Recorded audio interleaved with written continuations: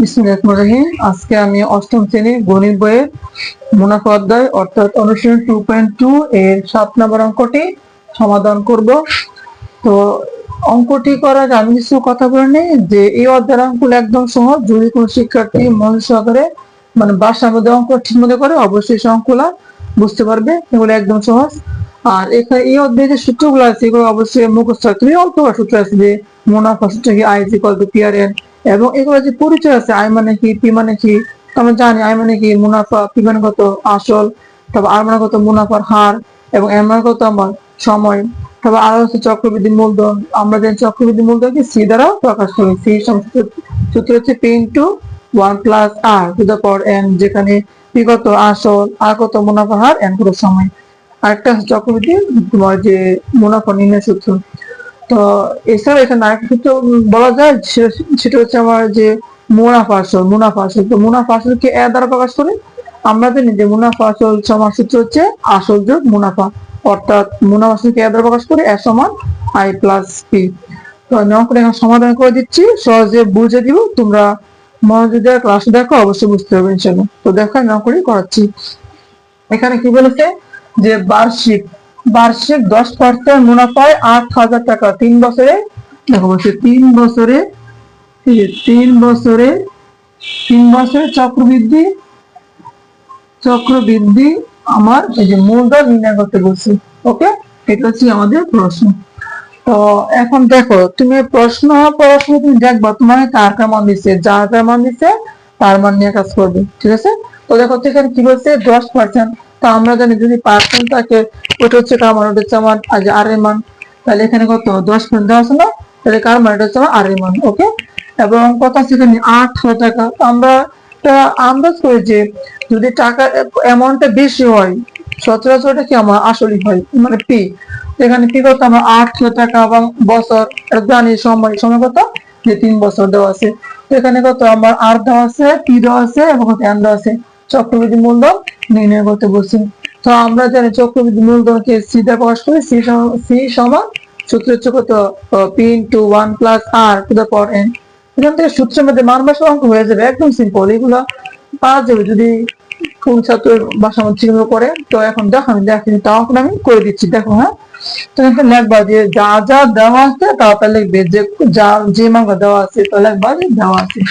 দেখো আমি ধরো লিখছি যে অঙ্কটি আমি দেখাচ্ছি। তো লিখবে সমাধান, যেখানে লিখবে সমাধান।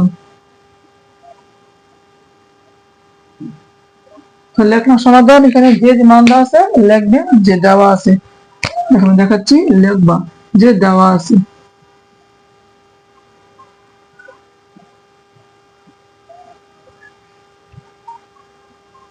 যে দেওয়া আছে কত মুনাফার হার, তাই না। তাহলে দেওয়া আছে মুনাফার হার,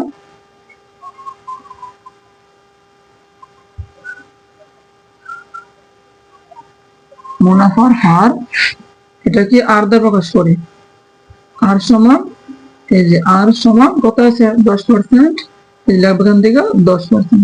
ওকে, আচ্ছা। তারপরে কি আছে আমার এই যে 8,000 টাকা, এটা কার্ড আছে আসল। তাহলে একবার যে আসল, আসল বা মূলধন, মূলধন যে কত আসল একই কথা। তো এখানে লিখি যে আসল। তো আসল লিখবো যে আসল, আসলকে পি দ্বারা প্রকাশ করি। সময় কত আছে এখানে 8,000 টাকা, এই যে 8,000 টাকা। বুঝতে পারছো, এখানে যে যে মান দেওয়া আছে আমি তাতে লিখছি। এখান থেকে দেখো আমাকে দেওয়া আছে আর এর মান দেওয়া আছে, মুনাফার হার দেওয়া আছে, আসল দেওয়া আছে, তারপর কত এর না। এখানে যা যা মান দেওয়া তা লিখবে, ঠিক আছে। তো আসি সময়, তাহলে সময়, যে সময়, সময় এটাকে এন দ্বারা প্রকাশ করি। এন সমান কত আছে 3 বছর। তাহলে এখান থেকে যে 3 বছর, 3 বছর। তো কি বলছে আমাকে চক্রবৃদ্ধি মূলধন নির্ণয় করতে বলছে। কারণ লাগবে যে আমরা জানি চক্রবৃদ্ধি মূলধন, তাই না। তো লাগবে যে আমরা জানি, আমরা জানি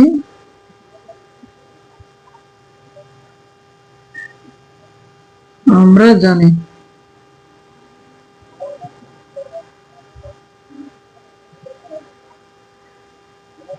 আমরা জানি চক্রবৃদ্ধি মূলধন, তাই না। তো চক্রবৃদ্ধি মূলধন একদম সিম্পল অঙ্ক। এগুলো একবার দেখলে পারবো ইনশাল্লাহ, আশা করি।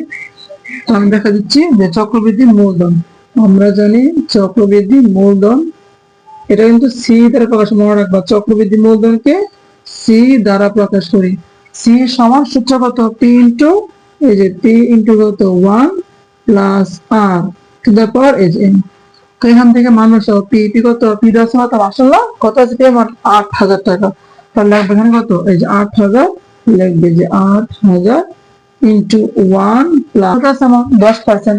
তো 10% মনে রাখবা, পার্সেন্ট মানে কত 100, পার্সেন্ট মানে কত 100। তাহলে যখন যখন তুমি আর এর মান বুঝো, যখন তুমি আর এর মান বসাবো তখন উপরে এই মান লিখবা আর পার্সেন্টের জন্য নিচে 100 লিখবা। ওকে, তো উপরে কত 10, এই যে লেখার উপরে 10, উপরে কত আমার 10, এই যে 10 আর নিচে কত আছে আমার, নিচে আছে আমার 100, তাই না? যেহেতু পার্সেন্ট বুঝো, যেহেতু পার্সেন্ট দেওয়া আছে নিচে কি 100 লিখবে। ওকে, বুঝতে পারছো? ঠিক আছে। তারপর কত পাওয়ার দেওয়া আছে, পাওয়ার কত আছে আমার, তারপর এন, এন কত, এই যে এম দাস 3 বছর, তাহলে যেখান থেকে লিখবে 3 বছর। তারপর কত আসবে এখান থেকে 8,000 টা, 8,000, এই যে 8,000। তারপর কত, এই যে 1 প্লাস 10 ভাগ কত 100, 10 কে 1 দিয়ে ভাগ দাও, কত আসবে 0.1 আসবে। 10 ভাগ 100 মানে কি 0.1, তাহলে এখান থেকে 0. কত আসবে 1, এই যে 1 লিখবি। তারপর কত, উপরে 3 না, এই যে 3 লিখবি। আশা করি বুঝতে পারতেছো, তাই না? আচ্ছা, তারপর কত আছে এখানে দেখো, তারপর কত আছে আমার যে 8,000, 1 প্লাস 0 যোগ করতে হবে। তো লাগবে যে 8,000, এই যে 8,000 ব্র্যাকেট 1 প্লাস 0 মানে কত 1, 1.1 টু দ্য পাওয়ার কত আছে 3, লাগবে 3।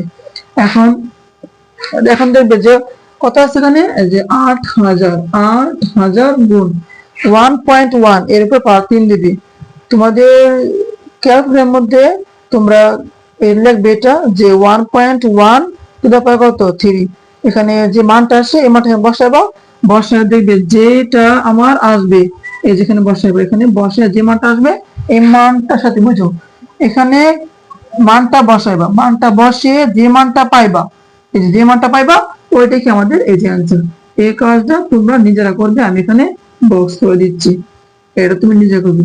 ঠিক আছে, এই যে এখানে 1.1 এর উপর কত 3 দিবে, 3 দিয়ে যে মান আসবে এখানে লিখবে, লেখার পরে এই 8,000 দিয়ে ওই মানটা গুণ দিবে, গুণ দিয়ে যা পাবে ওইটাই কি আমার এই যে অ্যান্সার, এটাই কি আমাদের এই যে অ্যান্সার।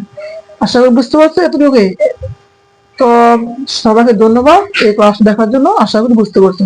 থ্যাংক ইউ সবাইকে।